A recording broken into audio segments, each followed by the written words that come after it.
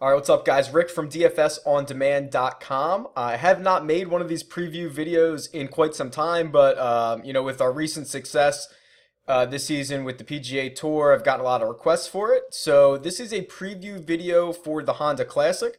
When I go to actually make my lineups for this week, I'll probably make a separate video for that. So I'll try to get this out as early in the week as possible. So I just want to go through a couple of tools that I'm going to use for this week and a couple of players that I think are going to be interesting. So this is the lobby right here. Adam Scott is the most expensive player on the slate, and he is going to be very highly owned. Really good course history here and a stellar start to this season. I think Adam Scott is going to be very, very chalky, and he'll be fine in cash games. I'll use him everywhere, but I'm not expecting to get him at low ownership. The most interesting guy, and if you follow any of my videos or anything that I do, I generally play like 90% GPPs.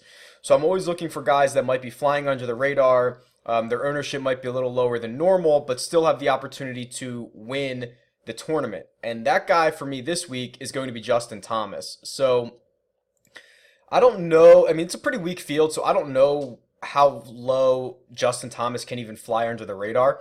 Obviously, he won, his first two starts of the year. Since then, he's kind of been a letdown. Let down a lot of owners at the Waste Management. A tie for 39th at the Genesis was underwhelming. So I'm wondering, what the pulse is for this guy this week. But in my research, he shows up everywhere. So I'm going to show you my research spreadsheet. This is something that I compile, and it is actually a pro tool on my website, but we're going to go through a couple of these right here. Justin Thomas. So let's look here. Whoops, sorry. All right, so here's one of the many tabs I have on this spreadsheet, and you can see at the bottom here, there's a bunch of different tabs you can go through. But this one here is key stats. And the reason I like this so much is because I've compiled the things that I think are going to matter this week. Looking back at the previous game logs, previous seasons for the Honda Classic, driving distance makes a difference. Over 50% of the shots are going to come from, 175 to 225 yards. So that range between 175 and like 225 is going to be really important. So I've compiled the green regulation stats there. And then this is a par 70. So, the par 4 scoring is going to come in handy really, really big time this week. So what I've also done is I've also compiled the par 4 scoring ranks for this week. So here we go. So basically what I did is I have all the stats here and then I ranked them. So if you're number 1 in driving distance, you get a 1, obviously. And then I do that for each category and then I total up the ranks. So a guy like Russ Henley comes in with a 29, rank sum, I call it. That's the best. And some of these are a little bit of a small sample size, but Justin Thomas is not. Justin Thomas checks in at number 3 overall when we look at just these key stats. And you can see, Ricky Fowler, 17, Adam Scott, 28. I'd much prefer Justin Thomas, who, to me, if we're just looking at these stats, is probably going to be the best golfer of the week. And I think his ownership is going to be lower than it probably should be for a guy that won the first 2 tournaments that he played this year. So for him, I really like Justin Thomas. I think I also have, okay, this is another good one too. Geez, I love these. So this is the Florida swing. So these next three tournaments all being played in Florida, they're called the Florida swing. I've compiled just those numbers for the last 5 years. Justin Thomas checks in. This is 13th in average DraftKings points per round. This does not include the bonuses for where they finish or aces or anything like that. This is just based on their actual, birdies, bogeys, etc. But everyone's on the same playing field here. Justin Thomas checks in very highly again there. So those are the 2 biggest reasons. Throw in the ownership. I'm probably going to have a lot of Justin Thomas this week. I've been doing this thing in quarter arcades where I'll lock one guy into every single lineup. It's only Monday, but Justin Thomas is starting to feel like he's going to be one of those guys. So we'll see.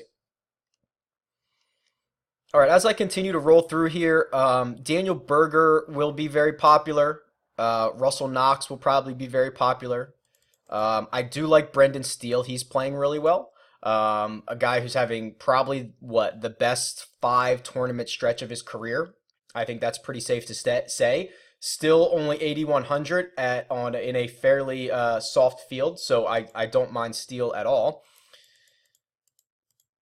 Ollie Snyder-Johns. So here's a guy who, talking about the best stretch of his career, 3 top 25s in his last 3 events. That includes 2 top 10s. Really starting to put it all together for a guy who was what the once ranked #1 amateur in the world. He's got this pedigree, and now he's trying to translate that to the PGA Tour, and it's starting to happen.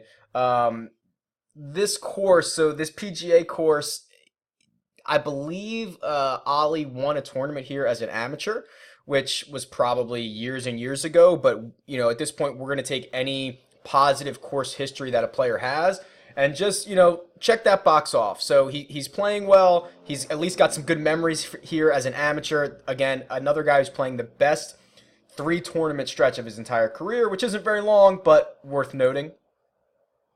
Okay, Brooks Koepka. So here's another interesting one for me as a GPP guy. Koepka misses the cut in 2 out of the last 3 weeks. He's been highly touted across the industry, since this season started. Koepka's really interesting. So down to $7,500. You can see a couple of weeks ago he was, closing in on $10,000. So a really good price on Koepka, and he's a guy who destroys bent grass, which is what they're going to be playing on this week. So let me see if I can go to that tab. Yeah, I've even got grass analysis. So here we go.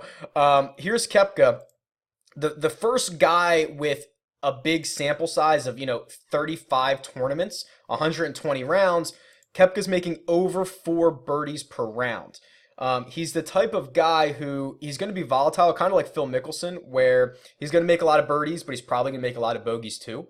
But the way the DraftKings scoring is set up, you would prefer a guy to shoot even par with 9 birdies and 9 bogeys instead of just making 18 pars. So the scoring helps him. He doesn't need like a top 15 to get top 15 points because he's doing it through birdies. He can make a lot of eagles. He hits the ball a long way. So I think he's another really nice buy low candidate just because his price has fallen off a cliff.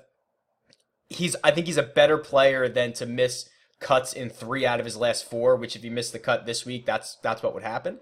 And I think his ownership is going to be fairly low because, all the casuals are going to be off of him. And then just as we get down here at the bottom of the list, a guy you probably saw in some of those other spreadsheets is Lucas Glover, someone that I'm not nearly as confident about.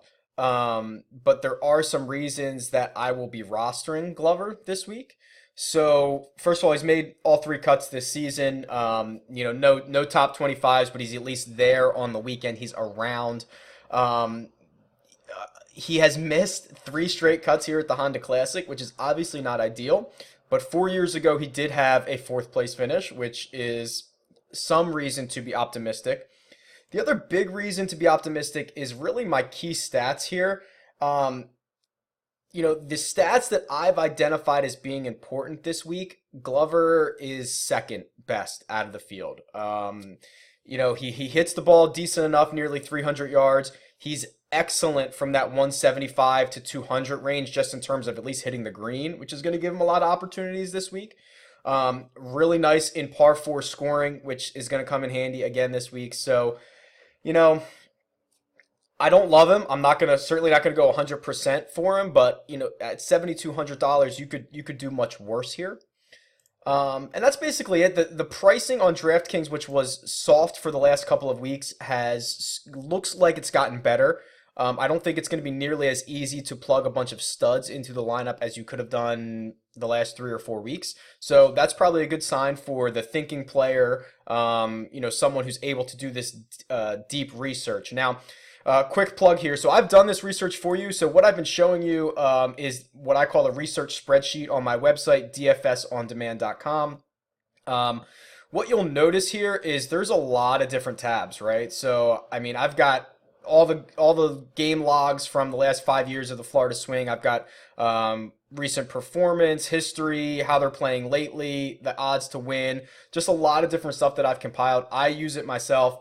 There's a promo code in the description below. So if you actually want to sign up for a year's worth of PGA stuff, getting this spreadsheet every week would be like it's like less than $1, I think. So, well worth it, I think. I think you'll enjoy it. It changes every week with what's going on. So, that's my quick plug. If you have any questions about this or anything else, feel free to tweet me. It's at DFS on demand or leave a comment below and I'm happy to answer it. So, good luck this week and I'll talk to you guys soon.